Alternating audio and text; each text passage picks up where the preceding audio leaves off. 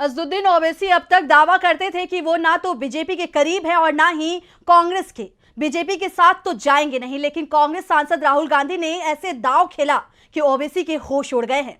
अब तो वो राहुल गांधी की शरण में आने को तैयार दिख रहे हैं। तो ओवैसी को झुकाने की क्या है कांग्रेस की रणनीति?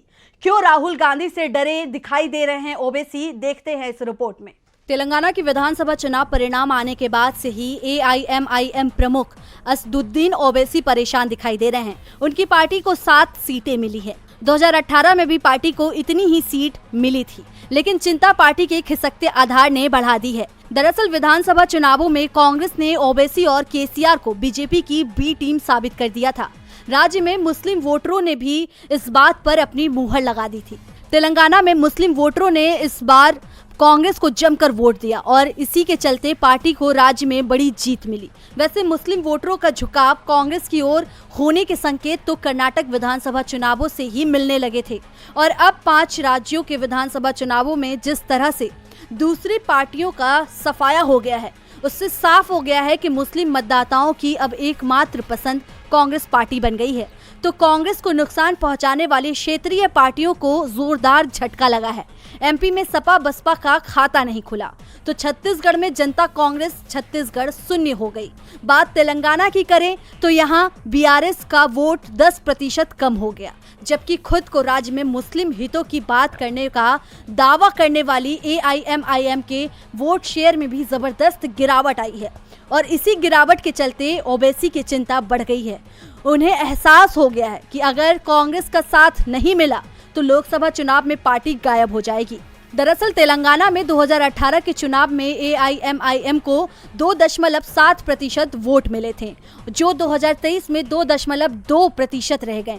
और अब ये भी संकेत मिल रहे हैं कि एआईएमआईएम के विधायकों का ओवैसी पर कांग्रेस के साथ समझौता करने का दबाव पड़ रहा है।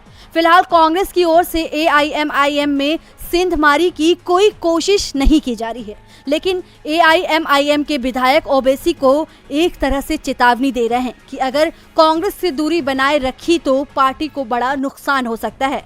इसके बाद से ही ओवैसी के तेवर कांग्रेस को लेकर पूरी तरह से बदल चुके हैं और वो कांग्रेस से समझौते के लिए तैयार दिखाई दे रही है।